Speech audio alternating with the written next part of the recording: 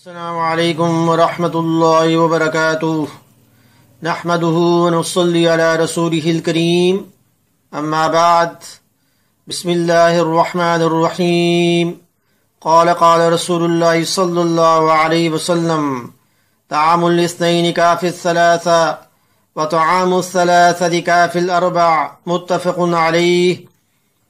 رسول اللہ صلی اللہ علیہ وسلم نے فرمایا کہ دو آدمیوں کا کھانا تین آدمیوں کو اور تین کا کھانا چار کو کافی ہوتا ہے۔ بخاری و مسلم میں اس کو جو روایت کیا گیا۔ ایک اور روایت میں آیا کہ رسول اکرم صلی اللہ علیہ وسلم نے فرمایا ایک آدمی کا کھانا دو آدمیوں کو، دو کا کھانا چار کو اور چار کا کھانا آٹھ کو کافی ہوتا ہے۔ مسلم شریف میں اس کو جو روایت کیا گیا۔ تو حدیث کا مطلب یہ نہیں کہ دو آدمیوں کا کھانا تین کے لیے پیٹ بھر کر کافی ہو جاتا ہے، بلکہ مطلب یہ ہے کہ اگر قناعت سے کام لیا جائے تو دو کا کھانا تین کے لیے بطور کفایت پورا ہو جاتا ہے اور چار کا کھانا آٹھ کے لیے بطور کفایت کافی ہو جاتا ہے۔ تو حدیث میں اکٹھا کھانا کھانے کے بارے میں ترغیب دی گئی ہے اور کم کھانا کھانا چاہیے، کیونکہ عام تاثر یہ ہے کہ ہم جتنا زیادہ کھانا کھائیں گے اتنے ہی صحت مند رہیں گے۔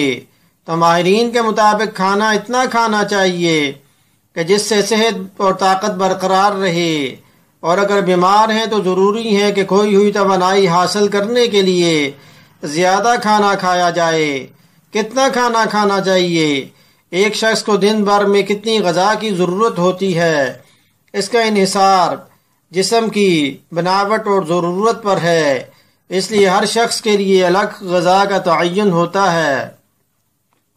زیادہ کھانا صحت کے لیے نقصان دہ ہے اور یہ زیادہ بیماریوں کا باعث بنتا ہے، جس کی وجہ سے انسان اپنے جسم اور ذہن کو صحیح طریقے سے استعمال نہیں کر سکتا۔ زیادہ کھانا کھانے سے انسان موٹاپے کا شکار ہو جاتا ہے اور جسمانی سرگرمیوں پر بھی اثر انداز ہوتا ہے، طبیعت میں سستی پیدا ہوتی ہے، بخار کا باعث بنتا ہے۔ جسم جتنا کھانا ہضم کرتا ہے اتنی حرارت پیدا کرتا ہے۔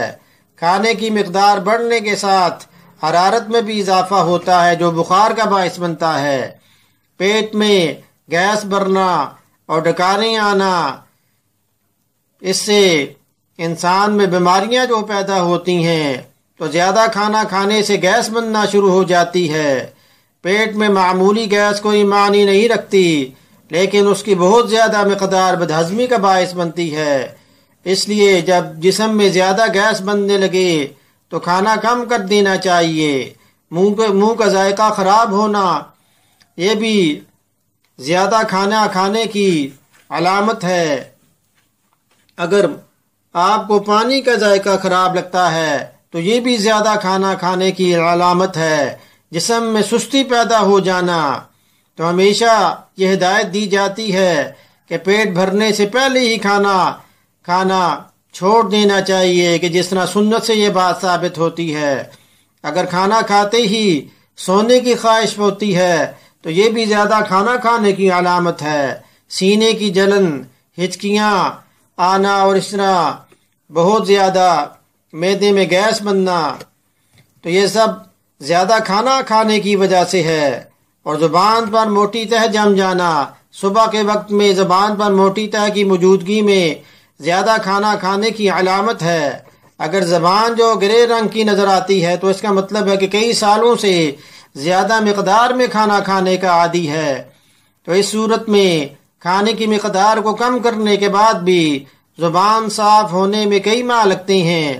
اسی طرح اگر جلد پر محاسے ہوں تو اس کا مطلب ہے کہ کھانا بہت زیادہ مقدار میں کھایا جا رہا ہے، جس کی وجہ سے جسم فاضل مادوں کو جلد کے ذریعے نکالنے کی کوشش کرنے لگتا ہے۔ جب اتنی زیادہ مقدار میں جلد سے یہ مادے نکلتے ہیں تو وہ سوزش، جلن اور ایگزیما کا باعث بنتے ہیں، جلد کی بیماریاں جو پیدا ہوتی ہیں، اور یہ پیٹ کی خرابی کا نتیجہ ہے۔ اسی طرح آنکھوں کا گدلا پن، یا یہ کہ سفید حصے پر سبز رنگ جھلکنا بھی ہاضمے کی خرابی کی علامت ہے۔ تو اللہ پاک ہمیں سنت کے مطابق کھانا کھانے کی توفیق عطا فرمائیں، اطیع اللہ و اطیع الرسول پر عمل کرنے کی توفیق عطا فرمائیں۔ درس سننے کے بعد اسے آپ شیئر بھی کریں تاکہ یہ آپ کے صدقہ جاریہ بن جائے۔ وما علینا الا البلاغ المبین۔